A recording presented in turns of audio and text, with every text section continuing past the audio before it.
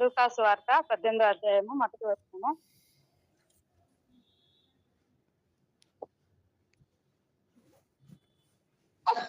వారు విసుకక నిత్యము ప్రార్థన చేయుచుండవలెనటకు ఆయన వారితో ఈ ఉపమానము చెప్పెను. ప్రార్థన చేసుకున్నామండి అందరూ ఏకీభవించండి.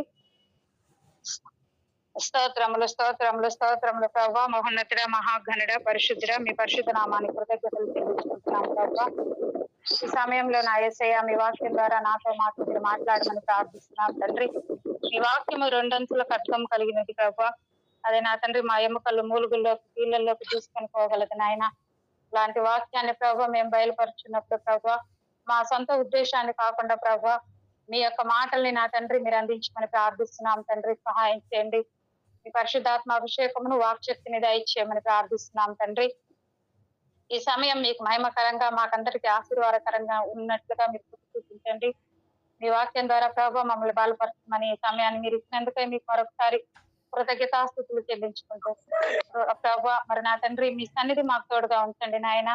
నెట్వర్క్ ఇష్యూస్ లేకుండా సహాయం చేయండి ప్రభావ. ప్రతిదీ నా తండ్రి మీరు అనుకూల పరిస్థితి దయచేయమని యేసుక్రీస్తు నామంలో ప్రార్థించి అడిగి వేడుకొంచున్నాము తండ్రి.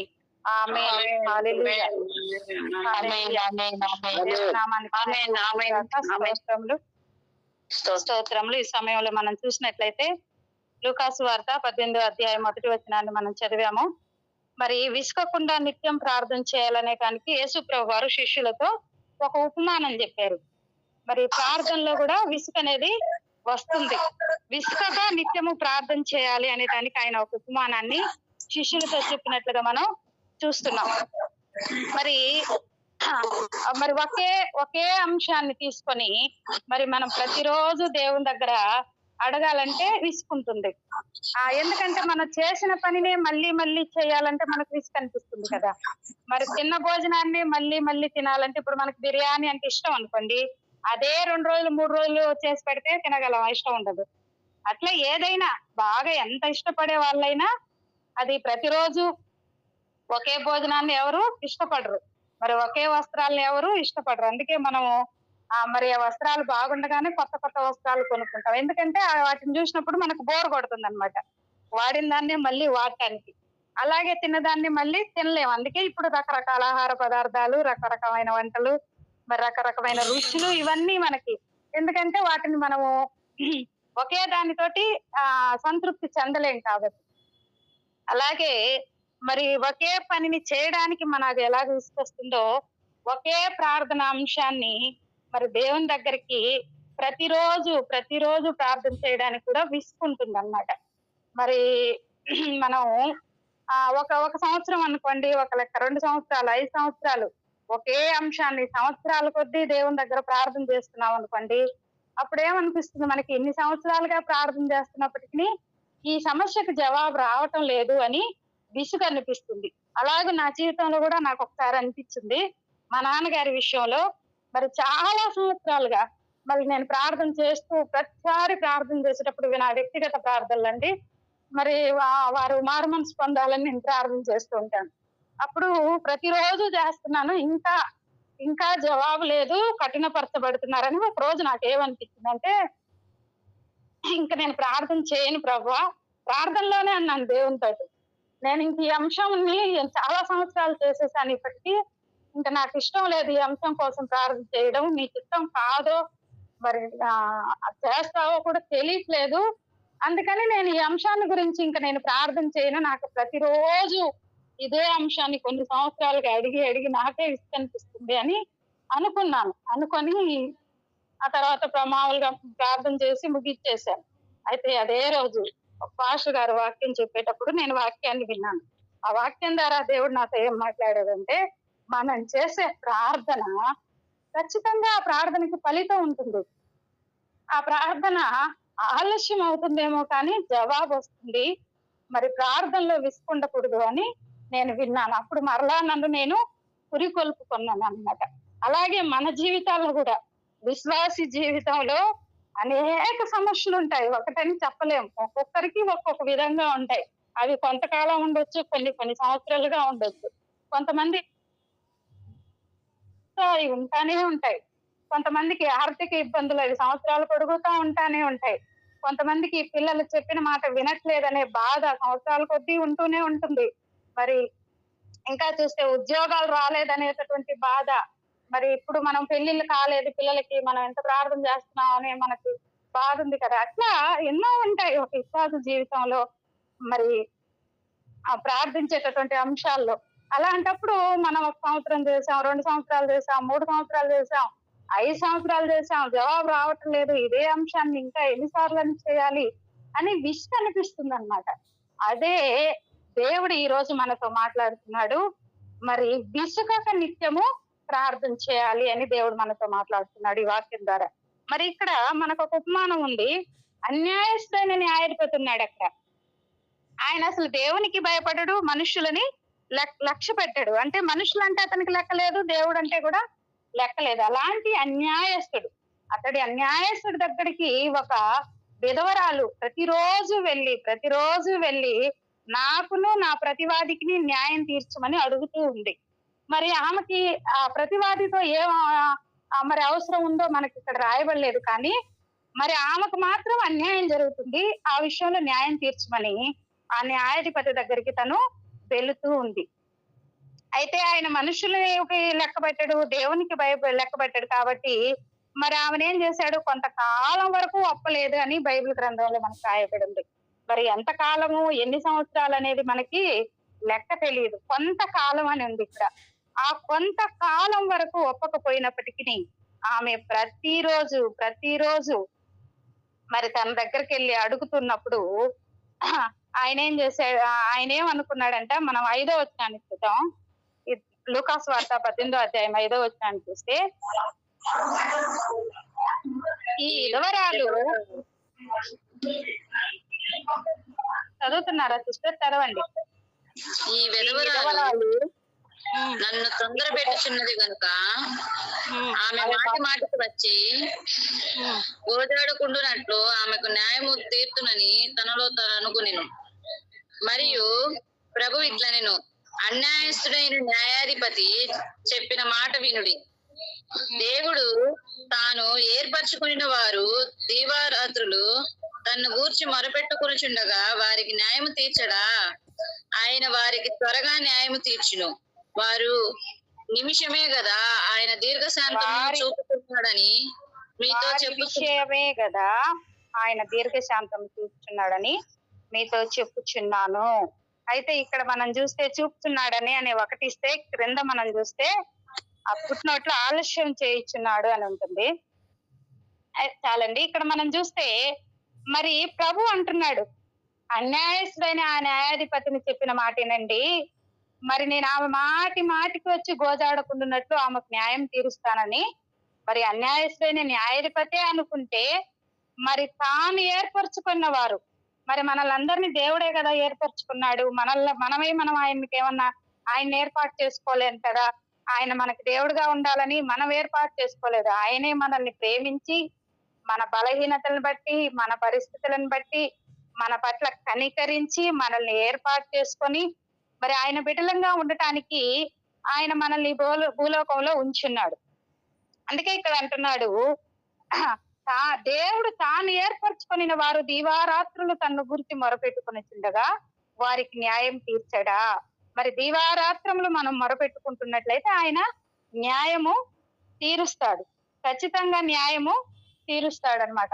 అయితే మనము ఆశపడాలి కానీ అత్యాశ పడకుండా న్యాయమైనటువంటి వాటిని దేవుని దగ్గర అడిగినప్పుడు ఆయన ఖచ్చితంగా మరి మన మొరని ఆలకించి న్యాయము తీరుస్తానని దేవుని వాక్యం ద్వారా బైబిల్ గ్రంథంలో నుంచి మనతో మాట్లాడుచున్నాడు ఈ సమయంలో. మరి మన విషయాలలో మనం చాలా వరకు కొంతకాలం ప్రార్థన చేసిన తర్వాత ఇది దేవుని చిత్తం కాదేమో, అందుకే దేవుడు సహాయం చేయట్లేదేమో అని కొన్నిసార్లు అనుకుంటాం. కొన్నిసార్లు ఏమనుకుంటాం అంటే ఇంక ఏం ప్రార్థన, ఎంత ప్రార్థన చేసినా ఇదే పరిస్థితి ఏమీ మారటం లేదు, ప్రార్థన చేయడం వల్ల ఇంకేం ప్రయోజనం, ఎంతకాలం అని ప్రార్థన అనటం అని అనుకుంటాం. అప్పుడు మనం ఏం చేస్తామంటే మన ప్రార్థన యొక్క ఆసక్తి తగ్గిపోతుంది అన్నమాట. అయితే దేవుని వాక్యం ద్వారా దేవుణ్ణి మనతో మాట్లాడుతున్నాడు. మనల్ని మనము పురికొల్పుకోవాలి దేవుని సన్నిధిలో ప్రార్థించడానికి. దేవుడు తప్పక మొరపెట్టే వారికి ఆయన సహాయము చేస్తాడు, చేయగలడు, చేయుటకు సమర్థుడు అని మనం ఏం చేసుకోవాలి? మనల్ని మనం వాక్యాన్ని చదివి, వాక్యాన్ని ధ్యానించి, పురికొల్పుకొని విసుకక నిత్యము ప్రార్థన చేయడానికి. మరి ఆయన అడుగు వారికి ఇయ్యబడును, తట్టుడి తీయబడును, వెతుకువాడికి మీకు దొరుకును అన్నాడు. మీకు అక్కరగా ఉన్న ఏంటియో మీరు అడగక మునిపే నాకు తెలుసు అన్నాడు దేవుడు. అయితే మనం అడగటానికి మనం ప్రార్థించడానికి వెనకంజ వేసే వారంగా ఉంటాం కొన్ని సందర్భాల్లో. నిజానికి మనం అనుకోవాలంటే మనకంటే చాలా అందమైన వారు, మనకంటే బాగా మరి ఆరోగ్యంగా ఉండేవారు, మనకంటే ఇంకా ఆస్తిపాస్తులు ఉన్నటువంటి వారు ఎంతో మంది మన కన్నుల ముందే చనిపోతున్నారు.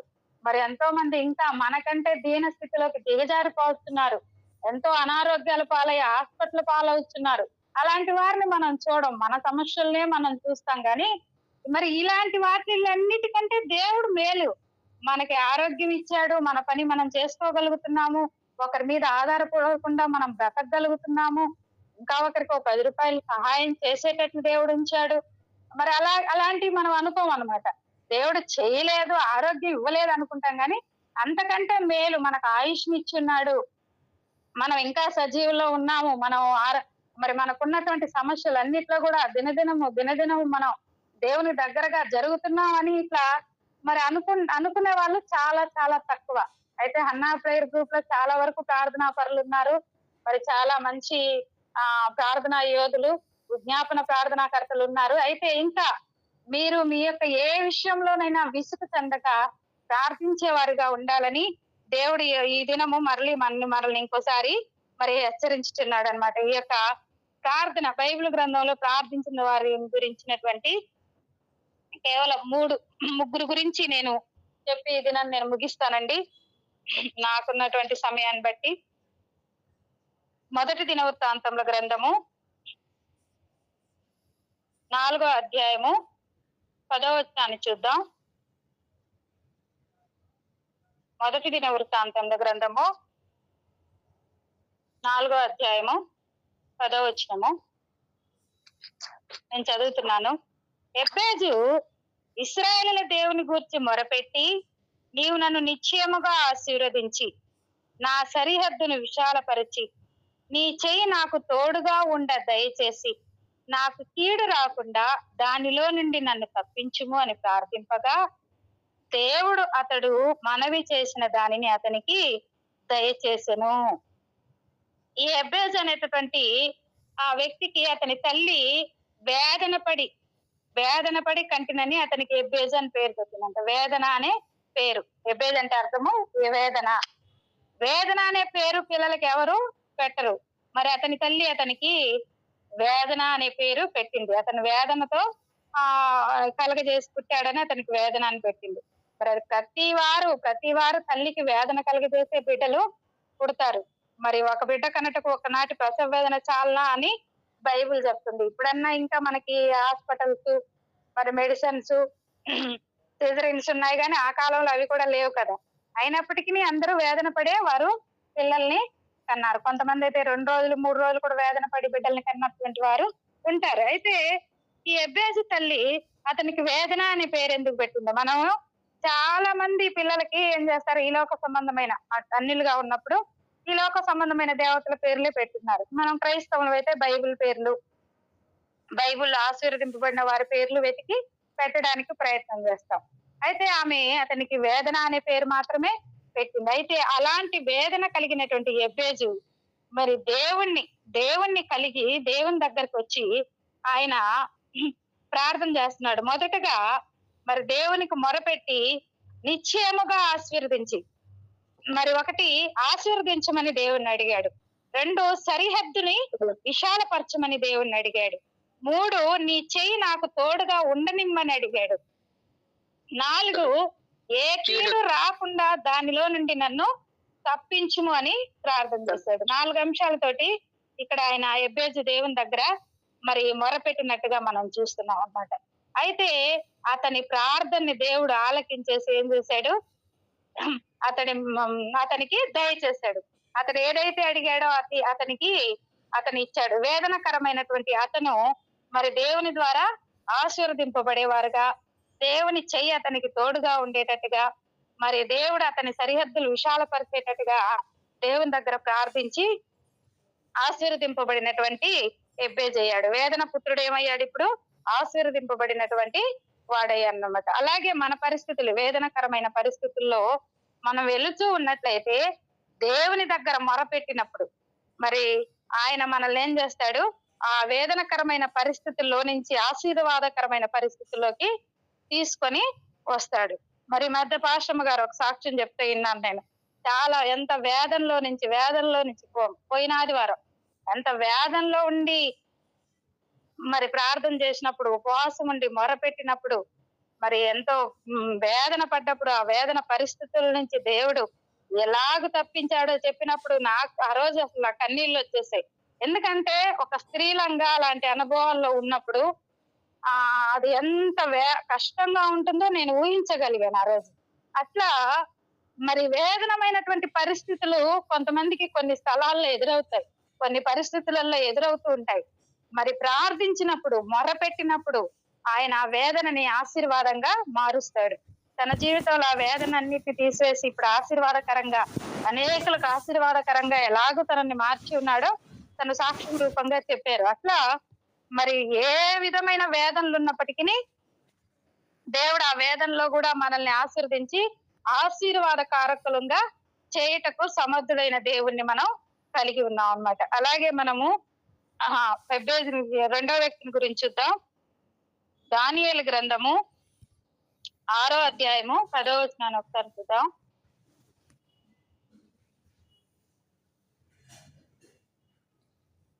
దానియేలు గ్రంథము 6వ అధ్యాయము 10వ వచనం అండి.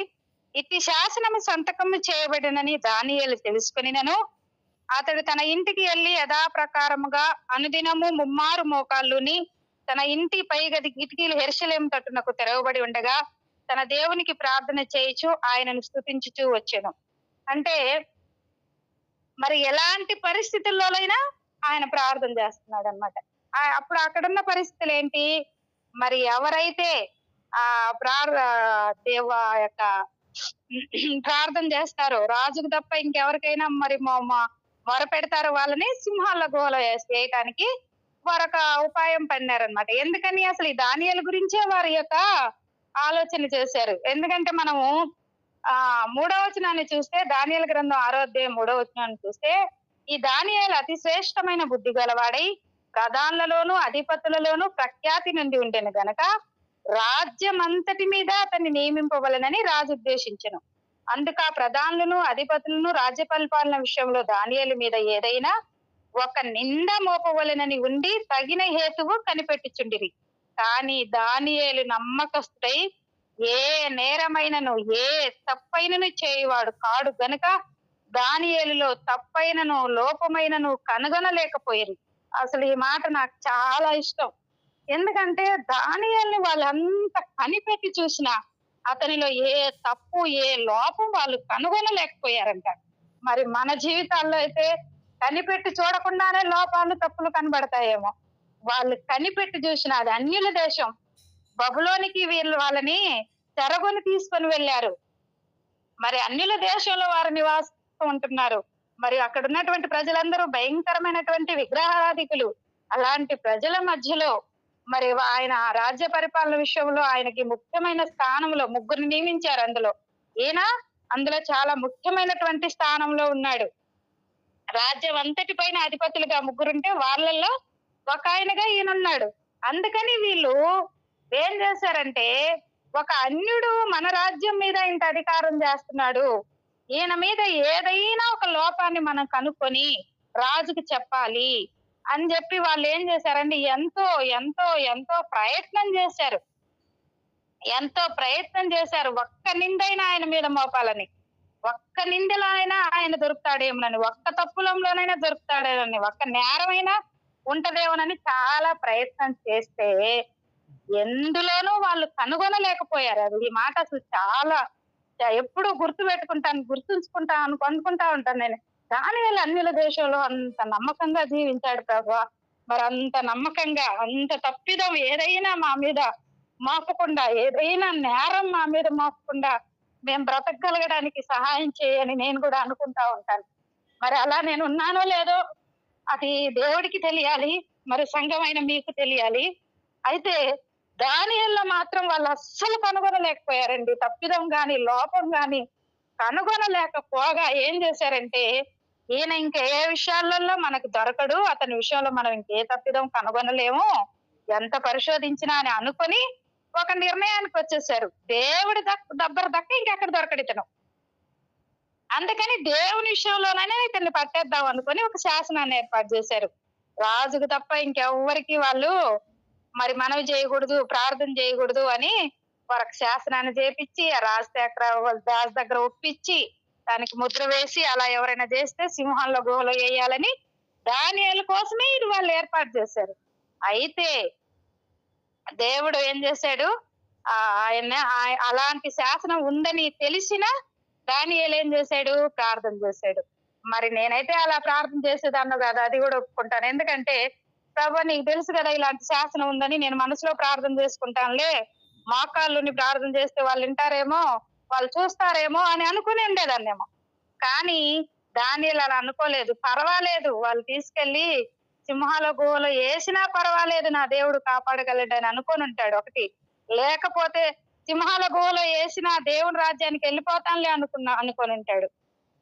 అందుకే ముమ్మారు ప్రార్థన చేసి, అన్నదినము ఆయనకు ప్రార్థన చేసే అలవాటు ఉంది ముమ్మారు. అదే ప్రకారం, అందుకే ఇక్కడ రాయబడింది కదా యథాప్రకారము అని ఉంది. యథాప్రకారం అంటే ఏంటి, అలాగూ చాలా సంవత్సరాలుగా అదే విధంగా ఆయన ప్రార్థన చేస్తున్నాడు అని అర్థం. యథాప్రకారంగా అతను ఏం చేశాడు, మరి అనుదినము ముమ్మారు మోకాళ్ళుని మరి ప్రార్థన చేయడం ఆయనకి యథాప్రకారం అలవాటు కాబట్టి అదే అలవాటు ప్రకారం తన ఇంటికి వెళ్ళాడు. పైగది కిటికీలు యెరూషలేము తట్టుకు తీశాడు.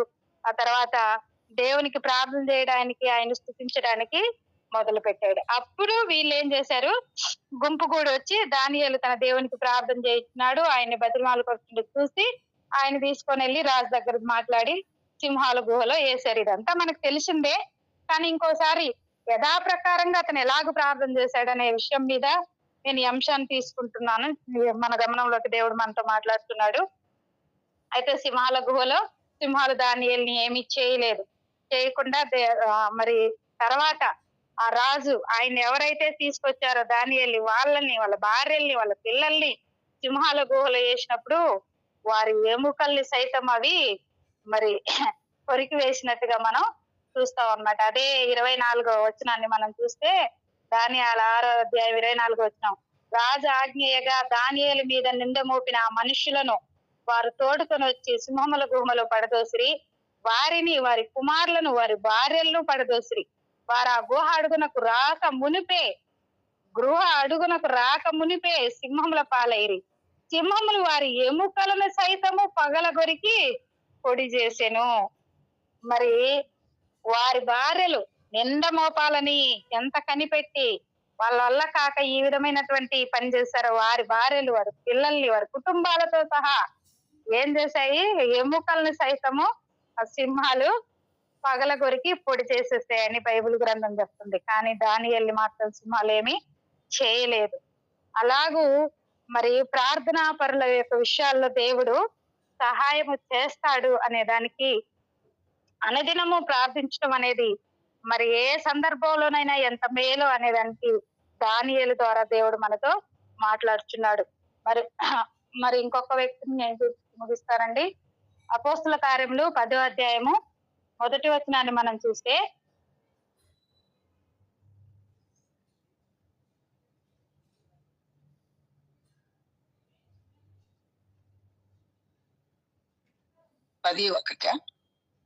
పటాలబడిన పటాలంలో శతాధిపతి అయిన కొర్నేలి అను భక్తిపరుడు ఒకడు కైసరయలో ఉండెను. అతడు తన ఇంటి వారందరితో కూడా దేవుని యందు భయభక్తులు కలవాడై ఉండి ప్రజలకు బహుధర్మం చేయుచు ఎల్లప్పుడూ దేవునికి ప్రార్థన చేయువాడు. చదవమంటారా? ఇంకొక వచనం చదవండి. పగలు ఇంచుమించు 3 గంటల వేళ దేవుని దూత అతని యొద్దకు వచ్చి కొర్నేలి అని పిలుచుట దర్శనమందు తేటగా అతనికి కనపడెను. అతడు దూత వైపు తేరి చూచి భయపడి, ప్రభువా ఏమని అడిగాను. అందుకు దూత, నీ ప్రార్థనలను నీ ధర్మ కార్యములను దేవుని సన్నిధికి జ్ఞాపకార్థంగా చేరినవి.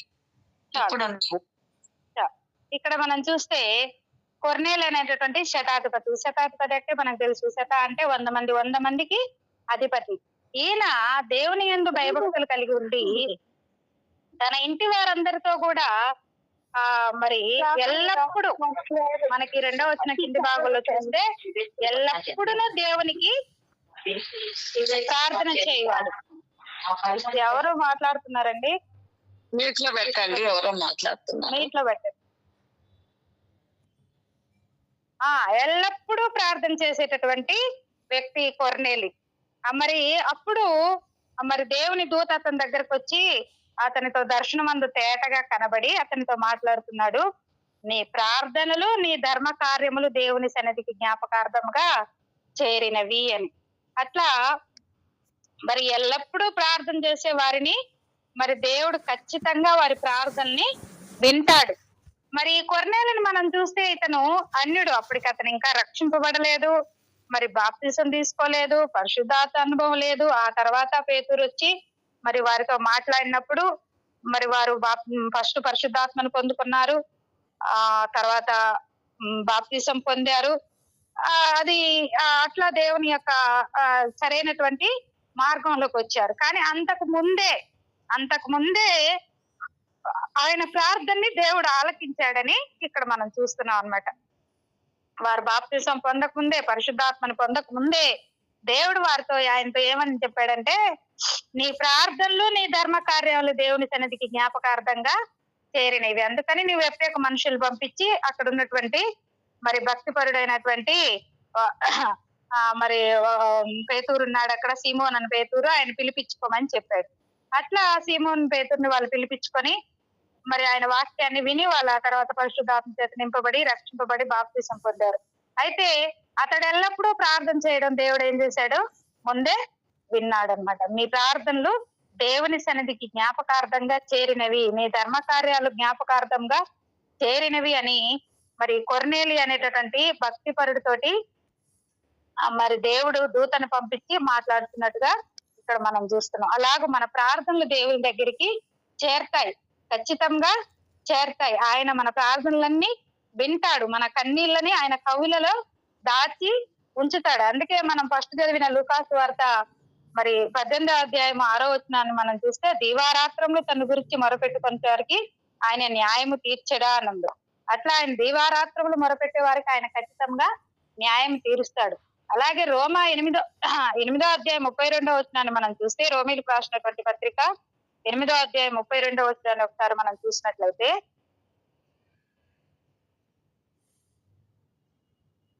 తన సొంత కుమారుని అనుగ్రహించుటకు వెనుతీయక మన అందరి కొరకు ఆయనను అప్పగించిన వాడు ఆయనతో పాటు సమస్తమును మనకెందుకు అనుగ్రహింపడు? దేవుడు మనతో మాట్లాడుచున్నాడు. తన సొంత కుమారుని అనుగ్రహించటకే ఆయన ఏం తీయలేదంట.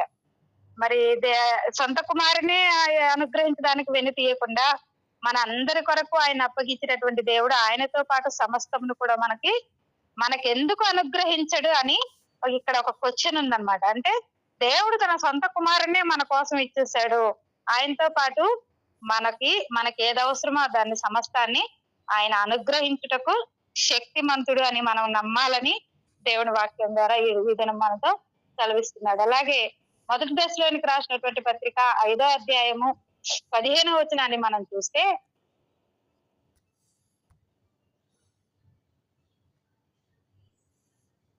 మొదటి దశలోనికి రాసినటువంటి పత్రిక 5:15, ఎవడును కీడునకు ప్రతికీడు దేనికైనాను చేయకుండా చూచుకొనుడి. మీరు ఒకని ఎడలను ఒకడును మనుషులందరి ఎడలను ఎల్లప్పుడూ మేలైన దానిని అనుసరించి నడుచుకొనుడి. ఎల్లప్పుడూ సంతోషం ఎడతెగక ప్రార్థన చేయుడి. ప్రతి విషయమునందును కృతజ్ఞతాస్తుతులు చెల్లించుడి. ఇలాగు చేయుట యేసుక్రీస్తునందు మీ విషయంలో దేవుని చిత్తము. ఇక్కడ మనం చూస్తే ఎల్లప్పుడూ సంతోషంగా ఉండడు. ఇక్కడ నుంచి చూస్తున్నాను నేను. ఫస్ట్ నుంచి మనం చూస్తే ఎవడును కీడునకు ప్రతి కీడు ఎవరికైనాను చేయకుండా చూసుకొనడి. మనకెవరైనా కీడు చేస్తే మళ్ళీ మనం ప్రతి కీడు చేయొద్దు. కీడు కాదు, ఒక మాట అంటే ఓర్చుకోవడం మనకు కష్టం కదా. కీడు ఏమో కానీ ఒక మాట అంటే ఏమి, నేను ఎందుకు పడాలి, నేను ఎందులో తక్కువ, నేను ఎందుకు ఓర్చుకోవాలి, వాళ్ళంటే నేను పడతానా అని అంటాం మనం. ఒక మాటకే ఓర్చుకోవడం చాలా ఇబ్బంది అనిపిస్తుంది అనమాట. వాళ్ళంటే నేను ఎందుకు పడాలి, నేను ఎందులో తక్కువ, ఏం వాళ్ళు నన్ను పోషిస్తున్నారా, వారు అంటే నేను ఎందుకు పడాలి అనుకుంటాం కదా.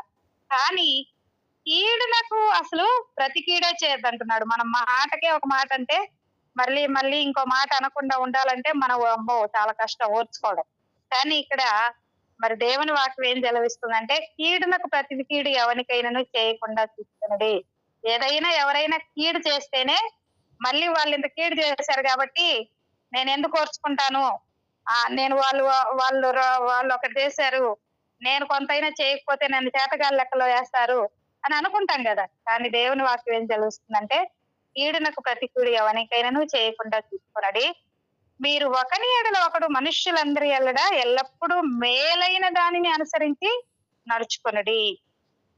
ఎల్లప్పుడూ దేని గురించి అనుసరించి నడుచుకోవాలి మనం?